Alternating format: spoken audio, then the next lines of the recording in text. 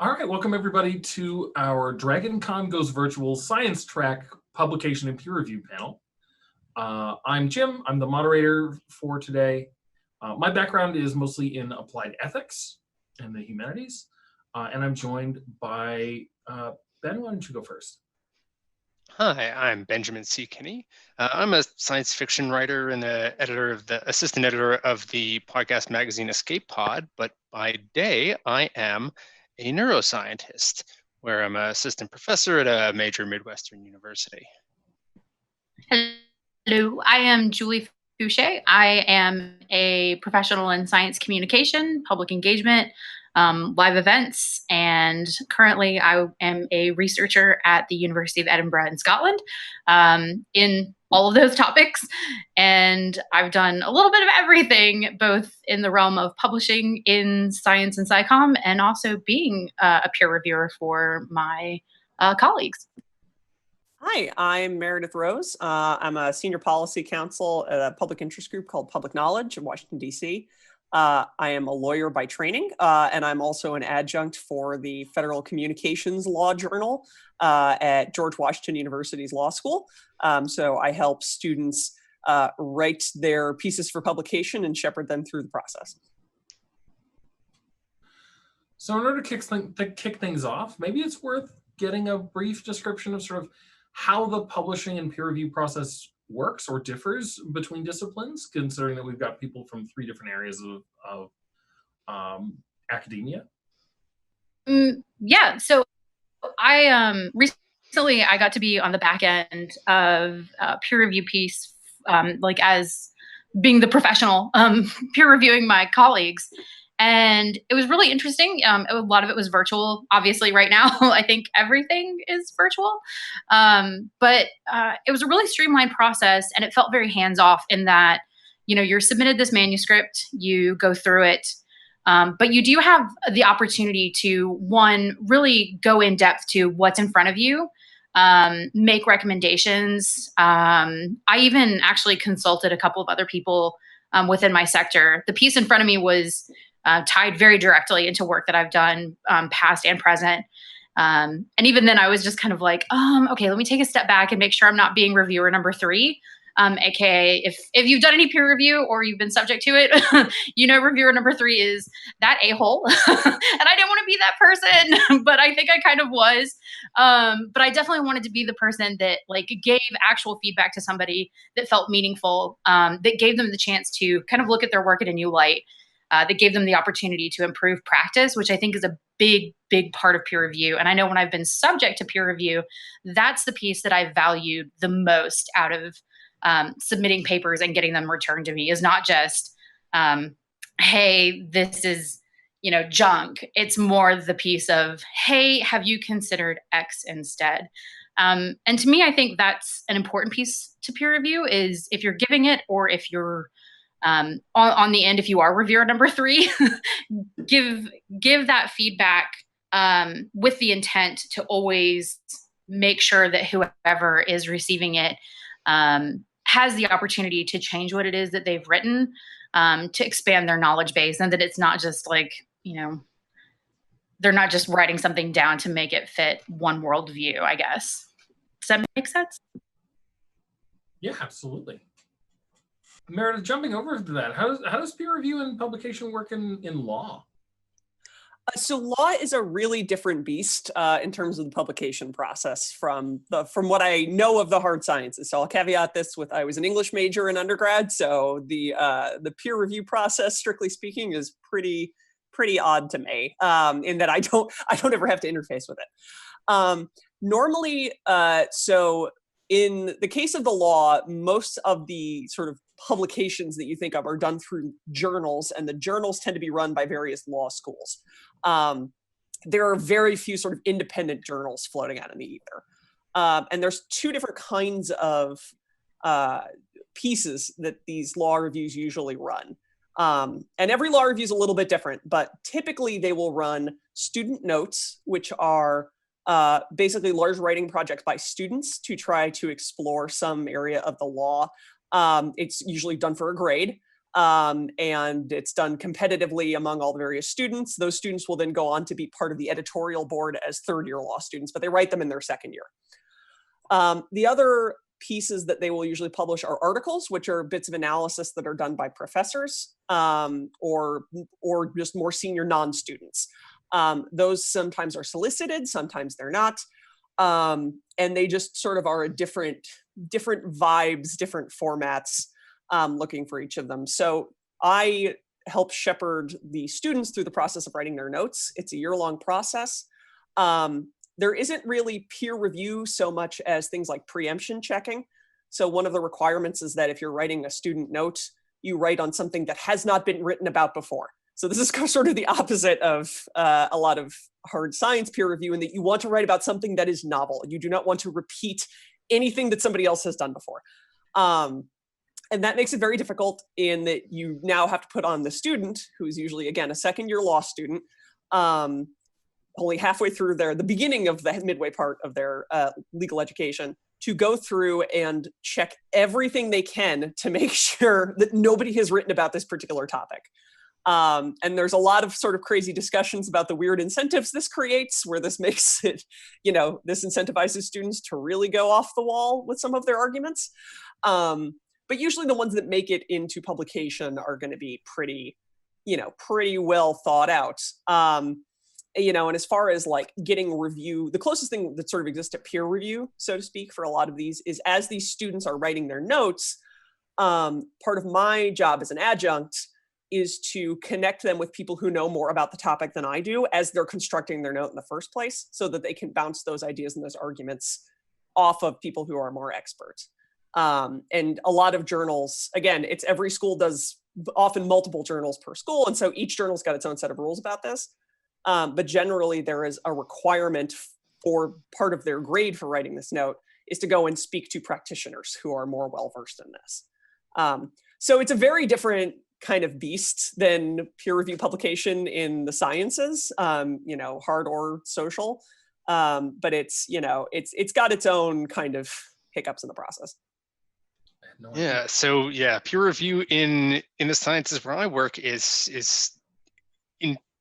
tied in at every stage of the process. The most sort of well-known is sort of about publication, where you want to have, if you want to be a scientist, publications are the measure of like, what have you actually done, and the way in which to share the work. And these go to journals, which talking about the economic structures of these journals is a whole other topic. But generally speaking, journals ask scientists to peer review papers, and you as a scientist agree to do this sometimes, and you look at these papers and you give some feedback on it. And it's usually anonymous, and it usually, they can vary widely in detail and thoroughness and sensitivity and cruelty. And you generally, basically the responses are, this needs revision, and then it will be good. This needs revision so I can tell whether or not it will be good. And this is just never going to be good. And in theory, you could accept it, but generally you have to go through a round or two of the revisions first. These are minor revisions, major revisions, and then, usually you'll go through a round or two of, most papers will go through a round of major and then a round of minor before they get accepted. But there's also a stage of peer review. Another important part of peer review in the science is peer review of grant proposals. It's not part of publications, but it is, in many fields, most of the science is done through grant funding, through, say, the National Institutes of Health or a similar organization. And there is a somewhat similar process in that they have in that you'll have other scientists who have kind of tangentially related to your field, and will try to read your grant, and in this case they'll give like numerical scores for different categories and give detailed comments, and these straight up do determine whether or not projects ever happen, because can you convince these people that your project is in the top like 15%, because that's there's a lot more good projects project ideas out there than there is money to fund. So you have to be at the very top in order to after you've written your like 200-page proposal. I've only done a tiny bit of reviewing for grants, mostly a review for publications, and I've actually done a little bit of stuff on the editorial side. I'm one of many academic reviewers for the journal PLOS One, so that just involves mostly just logistics of finding the reviewers, which is no small feat because nobody wants to do it because it takes time and you don't get paid. I was gonna ask about that. Is at the risk of getting into the weeds on the structures of like the power dynamics of journals and the fact that it takes time and you don't get paid and the relation of that to like things like contract staff and that sort of academic life stuff, it does seem worth talking about how peer review and review process, and Julie, you touched on this a bit, contributes to your career in as an academic, and also sort of contributes not just to your career but to the discipline. Yeah, in my sciences, there's certainly an expectation that you should be doing some amount of peer review, and nobody tracks it. Like you can kind of say, which journals you've peer reviewed for, and you should put this on your curriculum vitae, and probably not an exact count of how many papers, but some information to show them that you've been continually and steadily doing reviews, because it's meant to be part of service. It's supposed to be part of your job. Like the journal doesn't need to be paying you because this is something you should be doing on work time, like on your work salary. And there's nobody else who has the expertise other than people other than your scientific peers. There's certainly no better way certainly no good way to get rid of the step of having other people who are experts in your field really read this, because they're the only people who know whether these methods make sense. There's no, and so part of it is just kind of putting in your hours to help kind of the field move along. It's of some advantage to you as a reader because, these papers are probably going to get published, and hey, you were probably going to read this paper anyways 6 months down the line when it got published, if it's actually relevant to you. So in a certain sense, you're not even wasting time. You're just doing it early. You're doing a detailed critique of this paper that you're probably interested in reading about anyways. In theory, it's still that time when that invitation comes in. It's like, oh man, do I have the time like this week, this month? Like, Sorry, Meredith, you were going to say something? I joke that sometimes it's like an ARC. It's like getting an advanced reader copy, like when you get a peer review to do, because it is like, well, I was probably going to read this anyways, but I was definitely waiting to put this off for like 2 months to do it, but I guess I'll do it this month. But I like that you also brought up, Ben, the idea that like it is considered like a service to the community that you're in. I know one that I was recommended for, it was somebody else had been tapped to do the peer review. And they actually recommended me to do the peer review because they were like, well, this is more of a niche topic area that this person, me, has more experience in. You should, tap her to do that because I think she could probably add more to it. And it makes me wonder, especially in these smaller niche fields. I know when I talk to my friends that are like in OChem, which just seems like a far distant, strange landscape of explosions and things that are going to kill me. They have these really niche topics that they're studying. And I wonder if either of you guys could speak to that. Like when we have people that have these really niche topics in peer review, how much does that contribute to, like, is it important to have a lot of different and very diverse peer review people on, in the system that, have the time, that have the bandwidth to kind of do these peer reviews for their colleagues, just to make sure that we're not just, panning people's work because maybe we don't personally know. I know it was great that it was recommended to me because I was able to be like, hey, I have really specific knowledge about this topic that I can tell you about. And I think about with my friend at OChem, like I know his topic would need to be really, when he publishes, he would need something really, somebody really niche to that subject to be able to peer review it properly. And if you guys had thoughts on that at all as well. Yeah, so just to sort of preface, again, law publication is just such a different beast that, if you kind of think about it, like law is not, as much as we lawyers like to tell ourselves that we're in search of objective truth, that is emphatically not what we get paid to do. And like, that's what we do. We tell stories kind of, our idea is like, well, why is the law the way it is? What needs to be fixed? What needs to be made better? And we argue back and forth about it. So a lot of the stuff is rhetorical that gets published. The end result of this is, or one of the what I'm sure are historical reasons that I do not know. Law reviews are run entirely by students. They are run by law students. So it is students who are in charge of determining what articles written by practitioners and professors are worth publishing or not. It can get to some wild dynamics as a result. Sometimes you'll have a bunch of students who will write back to a professor, respective professor, and say, we need you to write a memo on why this hasn't been preempted and why your topic is now unique and deserves publication in our prestigious journal. So what I do know of folks, so I work in a very niche specialty. I work in tech policy. Specifically, I focus on copyright, and I've got some niche interests in there, like music licensing, of which there are, like, in all of the policy sphere, there are like 10 of us who understand anything about how compulsory music licensing works.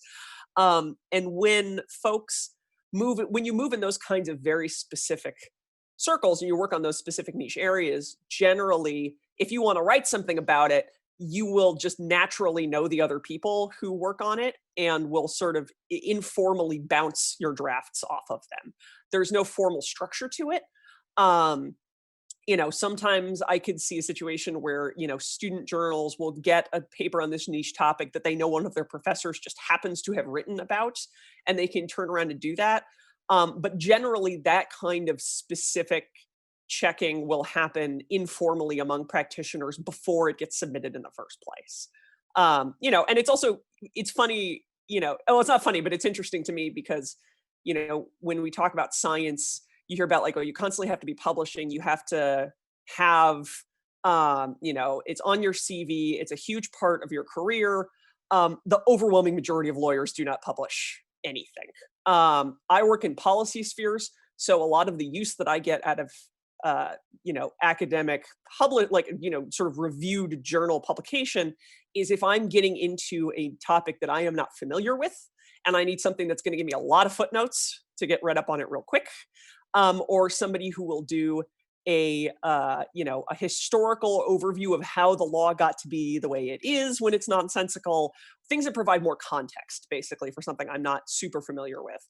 But again, there's no ball of objective truth that we're advancing in a lot of cases. Sometimes you do see situations where law review thinking starts to bleed out into broader discourse. So the term intersectionality actually came from a law review article from an attorney who I am ashamed to admit, I do not remember her name, but she talked about, there was a case, it was an employment discrimination case, I think in the 80s, where essentially 2 Black women had been discriminated against because there had been seniority-based layoffs. So the newest people who were hired were the first ones to go. And because the Civil Rights Act was still relatively fresh, they'd only started hiring Black women very recently. So they were the first ones to go.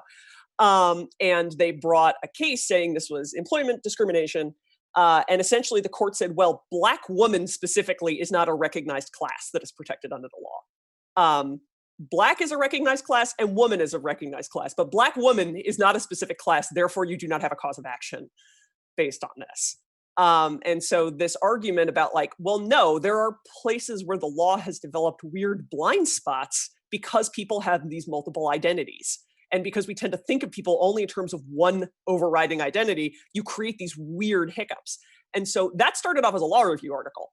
And now intersectionality is just, it's all over the discourse. Like everybody talks about intersectionality all the time. And they often mean something very different than what the law school, the law review article was talking about.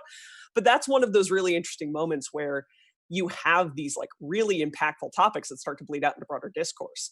Those kinds of things are exceptionally rare. Most law review articles are just for other lawyers, other practitioners, other academics. One of the highest, basically the most prestigious thing that can happen with your law review article is if it gets cited at the Supreme Court. In the off chance that happens, which almost never happens, that's when you've made it. That's when you're done. If it gets cited by a court generally, that's usually that's like a capstone achievement for a lot of people. Yeah, I was going to ask about that. It sounds like where, and correct me if I'm wrong, Ben or Julie, if you're doing research, right, where you're going to go is to those publications to start. Whereas as a lawyer, it sounds like where you would go is to like previous decisions about the same topic and things like that. Yeah, absolutely. The lawyers, we basically all of your arguments are going to be from either the statutes, so the law as it is written down, and a combination of previous decisions, because the Anglo-American system operates on a common law basis. So basically, we're just stacking decisions on top of each other, throughout time until some sufficiently high court says, actually, these previous decisions were garbage and we're going to throw them out. But that's 90% of what we do. And as a policy attorney, I don't litigate. I go in and yell at members of Congress about why they should do things differently. And so basically, like, we're a lot more sort of data driven in a lot of cases. Like, we need to look at things like, I read a lot of trade press for the music industry because I work on music licensing, to talk about like, what is the actual state of the industry here? So here's a question to move things forward, which is, when you were peer reviewing other work, or I suppose in the question of peer reviewing, when it comes to law, when you are advising students on peer reviewing things, what do you try and keep in mind? Julie, you talked about not wanting to be reviewer number 3. So I think I distinctly remember a really great conversation I had with another colleague, like while I was in the review process. And it was kind of like we were sort of co-mentoring each other. And because we're both sort of that early career phase where we're moving into mid-career. But both of us were, joking about not wanting to be too harsh, but also at the same time wanting to make sure that we're giving the kind of review that actually is meaningful in a way. So I think it's one of those issues where when you're telling somebody about the process, and like when you're encouraging people to take part in the process, just reflecting on what my other co-speakers, co-panelists, I guess, have said, I think it is a big part of what you do as a member of the community. Like, don't be afraid to step in and do peer review work. It's a great opportunity to kind of give back, because at some point you're going to write something that needs to be peer reviewed, or you likely have already written things that have been peer reviewed. So use this up as an opportunity to also give back to that same system, which has helped you grow and be successful. Use it as a means to expand your practice. It's a great opportunity to, hone and just get better at having like editorial skills, and looking at your research skills as well, like seeing how other people are conducting research across your field. For instance, the one that I was reading, how they conducted their research in the field. I was able to be like, I could see blind spots in their work, and all I could think was, I hope when somebody, reads my publication, or when somebody's reviewing my research before I go out in the field, I hope somebody would point out those little spots to me that I had missed out, where I would need to do better research, type of thing. So it improves your practice in a lot of different ways to participate in peer review. And also to not be afraid to give criticism, but just deliver it in a really, deliver it in a constructive way. You don't have to be a jerk about it. I agree with Ben, the idea that it gives you that, you can absolutely crush somebody with it. But also, crush their hopes just a little bit, but only where it needs to be, and and followed up with you're doing a great job. I love what you're doing here. Just maybe next time do this. I saw that you didn't cover this. Maybe you should. And I think that's always helpful. And it's one of those, how would you want to be delivered your feedback, and deliver the feedback to other people that way as well. Yeah, so in science peer review, largely there's only a couple of things you're really looking for. They're all very big things. It's, did the way you run the experiment, did your methods, did they make sense? Or which often is, are they described clearly? Can you as a reader figure out what the person actually did?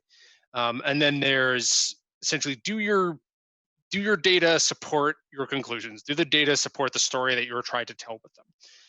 And that can be about the analysis and about the interpretation and about the author's kind of understanding of the broader literature and previous studies, and often where it's easiest for things to be more subjective.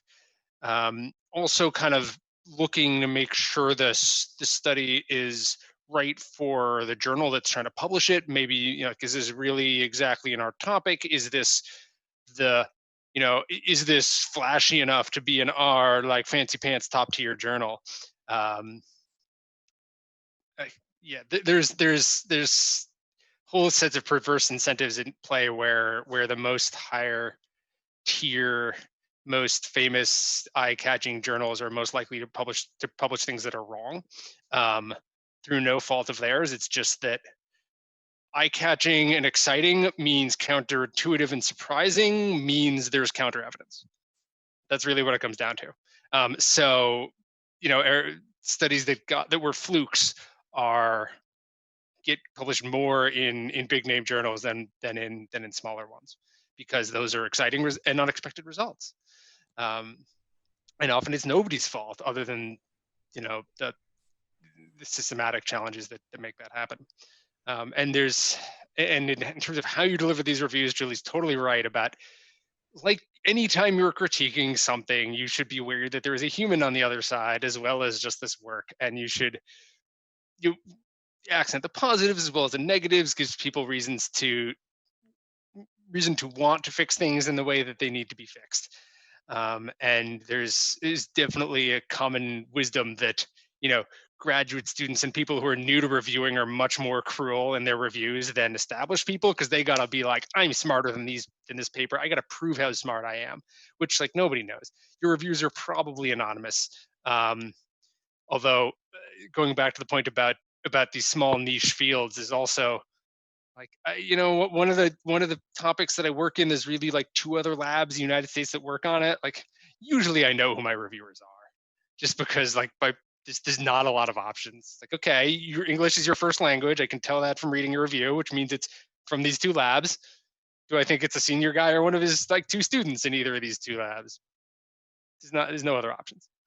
So that's a sort of a fascinating thing. I just wanted to piggyback on the publishing things that are obviously wrong. So law, as with all disciplines, I think probably forever, definitely nowadays, has the problem of the hot take spun out of control.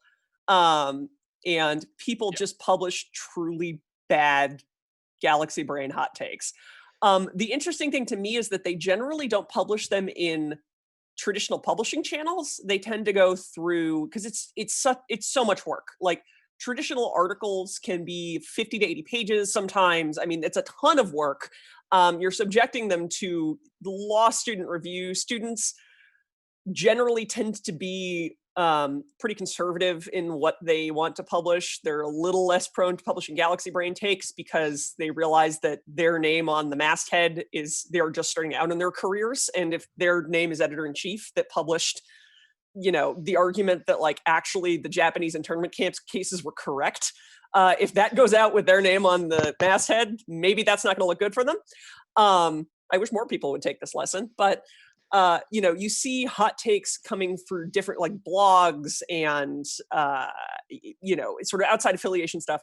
Mercifully, it does not happen as much in formal channels. And part of that is, I think, because there are a few and I'm not going to get too deep into this, but like there are a few cases in the law, it sort of talked about common law and you sort of build up on previous results. And then eventually a higher court will just say like, actually, we screwed that up and just overturn a lot of them. There are some cases that even when they have not been technically overturned, it is commonly understood in the profession, you do not cite them and you do not rely on them.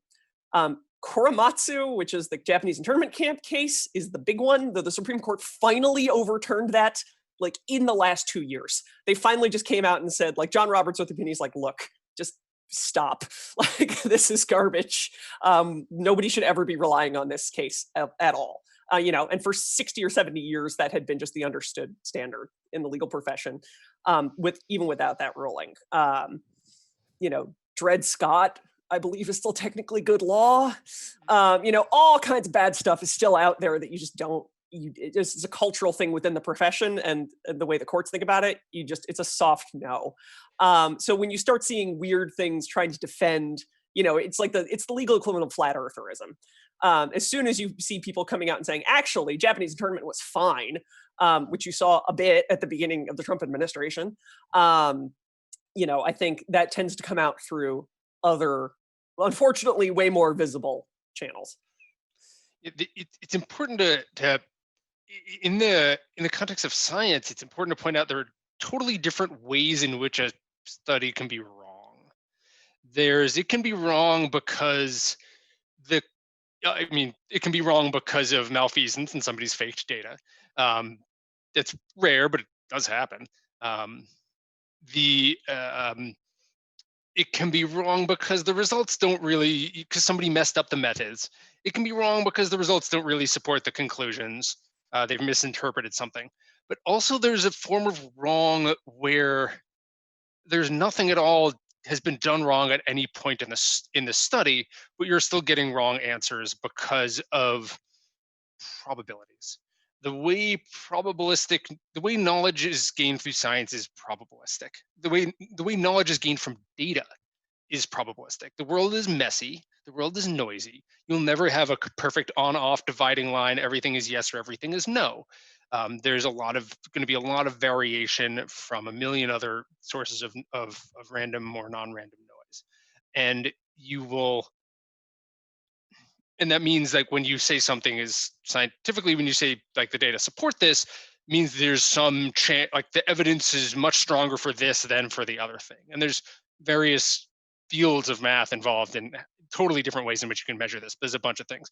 But if you're publishing, if you think it's okay to say a finding is true, if it's 95%, if your data support it, 95-5, fine. But that means 5% of your publications are going to be wrong, even though they meet that standard by definition. And so there were ways in which the process can be everything was done right, but you still have something that is not telling you a true thing about the world.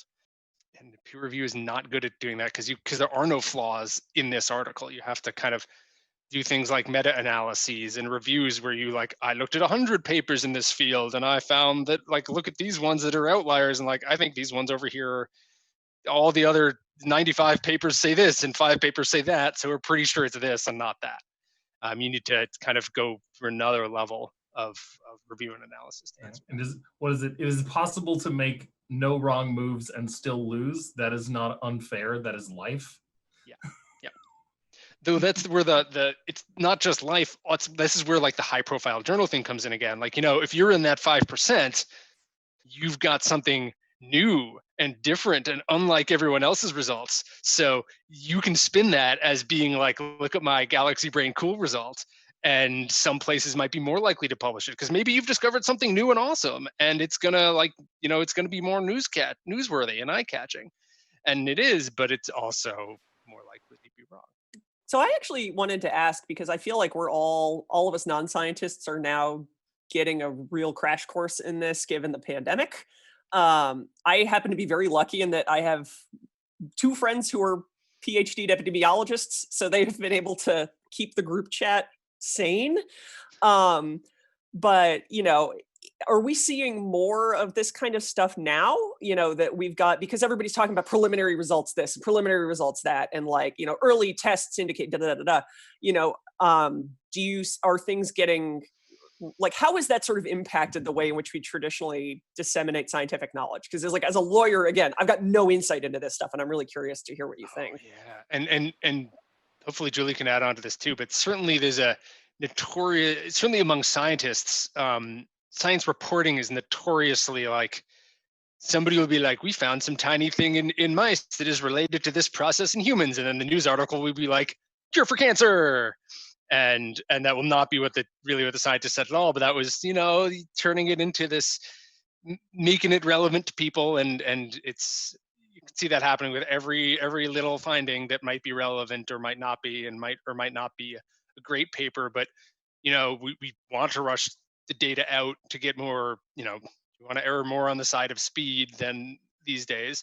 And that's a legitimate choice, but it means you're gonna be publishing more things that aren't quite, that are false positives for a variety of reasons. And simply more things are making it into the news. Yeah, it's the other thing I and this is kind of drawing on a couple of different things, but I know we see, or at least I've, what we called it was sexy science. And it's not that it is sexual in itself, but it's a big sexy headline. It's like, we have a cure for cancer. And it's like, it is not a cure for cancer. It happened to kill this one type of leukemia in mice. And they said they would trial it potentially for humans, but that would be possibly maybe a 10, 15-year process before the FDA ever got their hands on it. But, the Daily News is going to say it was a cure for cancer. And then once you read down in the article, it's going to give you some of the more details. And I think the interesting thing with COVID is because we are in it's almost like a lot of other, I don't want to say a lot of other science stopped, but a lot of labs have now focused the attention on rapidly finding something to disseminate to multiple different countries, since it's a pandemic. So this is a global issue. So you have a lot of different places working on the same thing. So tons of people all working all at the same time on this one thing, and everybody wants to talk about it. And I think a parallel to draw there is like, think about the space race when we were up against the Russians and it's just like, everybody's throwing out information. It's like, they're putting monkeys on the moon. They're doing this. And meanwhile, we're saying this lab's got this results out. We're going to have a vaccine in 2 weeks. We've got this. And when you bury down into it, there's little nuggets of truth where it's like, okay, so somebody is working on a vaccine. That doesn't necessarily mean it's going to be available for testing. It doesn't necessarily mean it's going to be out to the public. But I think because we're in the middle of it happening, it seems like it's all coming out very rapid fire. And everybody wants to be the one to break the story that we landed on the moon, or, we got the vaccine first. So it is that momentum, I think. So it does feel like we're getting a lot more of it, but I don't necessarily know that to me, it doesn't feel like it's new, but I'm also looking at it from the historical perspective of, it's new that we're in a pandemic, and that's horrifying. But new in the historical sense of breaking news and everybody trying to break it all at the same time. Yeah, and it's worth noting that lots of people working on the same problem is another risk factor for creating false results. Because imagine you have a technique that doesn't work, but because of chance, it will falsely look like it works one time in 20. Now you have 20 labs trying that technique. You're extremely high odds of there being a publication of like, look, this technique works, and because it's not getting in the news, you're just taking more crap. I had a similar question, which is, and maybe this is more a question for you, Julie, as a science communicator, is in a world where we are disseminating that kind of information faster and faster, right? 10 reasons why the vaccine will be ready in a week. You won't believe number 7. Are there any like concrete things that people can do to sort of dig a little deeper, right? And get at that peer reviewed information and sort of temper their reactions? Oh boy, howdy. Do I love and I hate this question? I feel like I'm the one that my parents call and they're like, "Did you read this article? Have you?" And I'm just like, "Pray over me." So I think one, pick an news source for your COVID information. Like, just pick one. Pick one news source. Don't go to 8 news sources. Don't go to AP, Al Jazeera, Fox, NBC, CBS, MSNBC. Don't go to all of them and then be like, here's the 15 different hot takes that I've heard today. And I also Googled it and Dr. Phil said, like, just pick one. Just pick one and follow that one thread. Like, if you're gonna get nothing but COVID information from NPR, okay. If that's all you listen to NPR for, okay, that's fine. That you don't have to believe everything else, but that they can be your COVID source. Maybe pick one source. It can also be a person. Maybe you have one person in your life that I love that Meredith has her 2 epidemiologists. Like, you're on call, you're on retainer epidemiologists to call. If you have an epidemiologist on retainer, talk to them about it. If you have a science communicator in your life, ask them about it, because I guarantee we have been inundated with information about it, whether we want it to be or not. But have your single source and just like let that be your clearinghouse.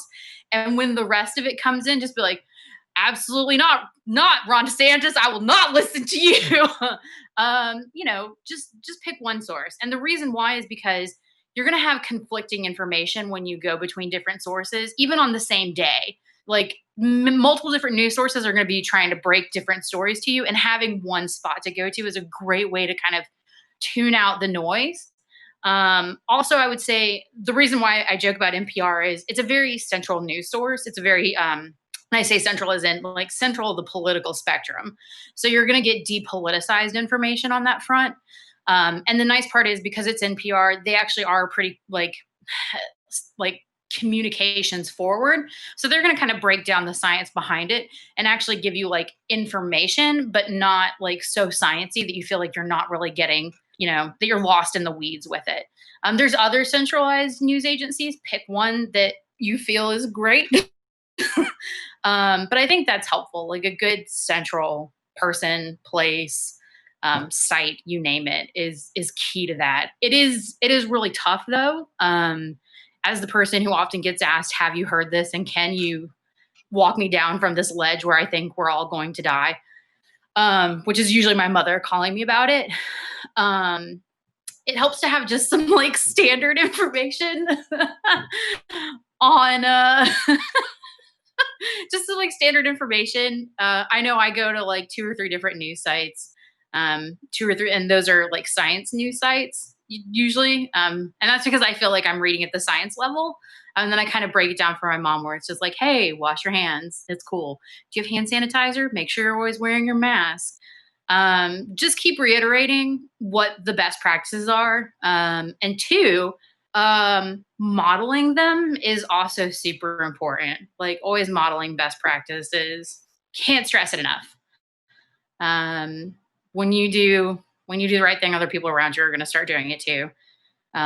Those are my big takeaways. It has been rough though. It's been a year. This has been the longest 10 years of my life. That 10 years was just March. Yeah, exactly. This 10 years is only like 6 months. So I think maybe, and I know that we're getting a little short on time. Maybe to steer the conversation back toward peer review. And Ben, you brought this up a couple of times about, and this is probably something that's also relevant to reviews, like student reviews in law publications there, about reviews being kind of anonymous, but not entirely anonymous, especially when you get into like the narrow niches of a field. And I wanted to ask, what are some ways that peer review works to like correct for structural biases?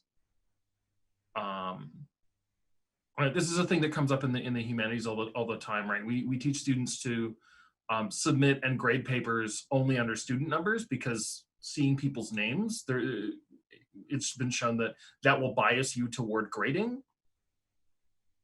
right? And there are similar filters up to like people's papers get reviewed harder based on gender, based on race, or based on rather the assumptions that people make about like a name, say. And is that a thing that like what kinds of things do your fields do to correct for that? Some journals will do anonymous submissions where like the editor has all the information to tie it together, but the manuscript that the reviewers will see has no identifying information on it. But these are often, sometimes it's useful and sometimes it really isn't, because we're doing a study on this question that nobody else is really asking about, and we're citing this person who is me like 18 times from our previous research because it's a continuation of that research, and we're using these like tools that were custom built in my lab and nobody else has them. So there's only so much you can do, and it is pretty unfortunate because structural biases are very real, but it's not quite like the structural biases that we see in other parts of the world, because the real biases are between labs, and therefore, for a certain extent, between like the professors, and therefore between the people within the group of high status people. Yeah, law is a little bit weird again because it's, there are so many law journals and they're all run by students, and each law journal sets its own policies and priorities for how they review things. So sometimes they'll do anonymous reviews where the submitter, has anonymized their information before they put them in. I am relatively certain they do this for students sometimes. Sometimes they may do it for professional like articles. I don't know. I think the bigger issue is in publication in law generally is that specialties tend to be very siloed, and they tend to be siloed at like the broadest they tend to get is things that are immediately adjacent and obviously adjacent to the topic that you're working in. So like, a good example is like I work in tech policy, which is just notoriously white. Like it is not really until 2015-ish, like really the 2016 election is what brought it to the forefront, but like the civil rights component of tech policy, that these are being used in systemic ways and have impact on things like Facebook allows advertisers to target their ads based on things like race. And you have mortgage companies that are specifically saying, do not advertise to Black people. And so that violates fair housing laws. Like courts have actually held like that is redlining, that is digital redlining, where you say we will not lend to certain races within this neighborhood. That's been a very recent development that those walls have started to broaden out. And I think a lot of, academia and academic publishing in law reflects this sort of myopia of, we are going to think about this strictly from a perspective of, copyright, or we are strictly thinking about this from the perspective of torts, or we're specifically, and, to some extent, law's strength or weakness, depending on who you ask, is that it is built on that history of cases. And you are, in many ways, that gives you a really, if you're a philosophy inclined type, you have a great canon of literature now to read about how we have sort of come to this set of principles. The flip side is now it's constrained by that set of principles, even when times may have changed pretty dramatically. And so I think the biggest problem is that you continue having these very narrow interpretations that just sort of deliberately are decontextualized. It's like the old joke about spherical cows, like, assume that the cow is a sphere for the purposes of engineering. And it's like emphatically not a sphere, but the law has exactly the same problem. If you're an economist, you're going to look at everything through the lens of economics. If you're a lawyer, you're going to look through lens. You're going to look at the world through the lens of prior case law. If you're an activist, you're going to look from the particular lens that you're bringing to it. And I think bringing that kind of interdisciplinary approach, there has been a push now in law schools to create more opportunities for interdisciplinary study. and to create more opportunities to start bringing new lenses onto existing topics, especially focusing on civil rights in its sort of various facets. So I think they're moving towards that direction. Having said that, there's a long way to go, but I'm hopeful that we'll get there. Do we have any final thoughts? Any final questions? I have a peer review moment that haunts me. Can I? Yes, tell us your peer review ghosts. My peer review moment that haunts me. It was for grant submission, and I'm glad that Ben brought those up because it is grant submission. Peer review is a very different beastie, and that one's always really scary because that one's like, this is going to make or break a project in some cases. And I will never forget it because we had submitted, it was a group, like a collaborative project. And one of the comments was, like one of the negative reviews back was, this is great and all, but haven't you guys ever heard of X organization? And I was like, that's us. Like that, we're the ones that like they like gave us a bad review because they were like, you don't know who this organization is. And I was like, we're the ones that submitted it. And that has haunted me forever. Just that, like, we got dinged on a project proposal because they were like, you haven't heard of this organization. And I'm like, we're the ones that submitted it. What? I don't even. To be fair, so anyways, that's my review ghost. That's a rare moment in the wild when you can actually go, do you know who I am?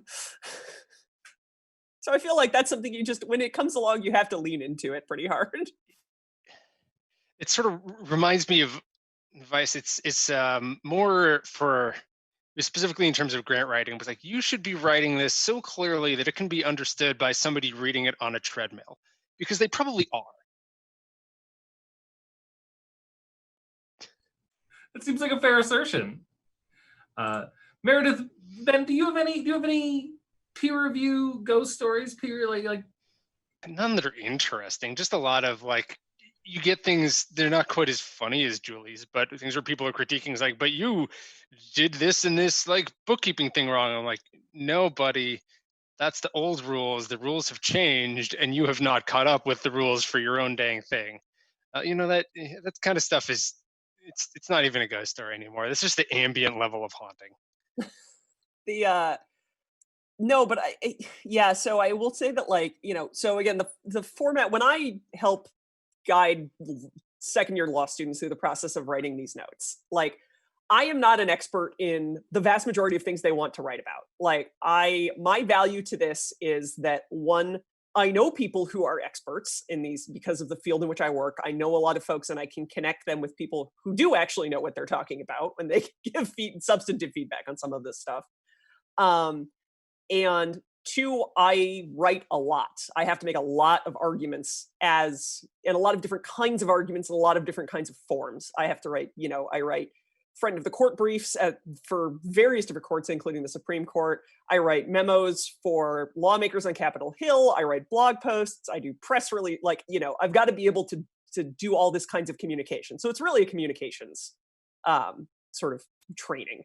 And a lot of my job is coming in and putting on my skeptic hat and reading these ideas coming out of these students who are only halfway into their legal education, which is very remedial compared to the scope of what you end up having to practice, and just sort of poking very gently at the edges and being like, well, you missed this, you need to think about this other thing, here's the easy counter argument. If I was coming up against you in a Senate hearing, this is how I would pull the rug out from under your argument, kind of thing.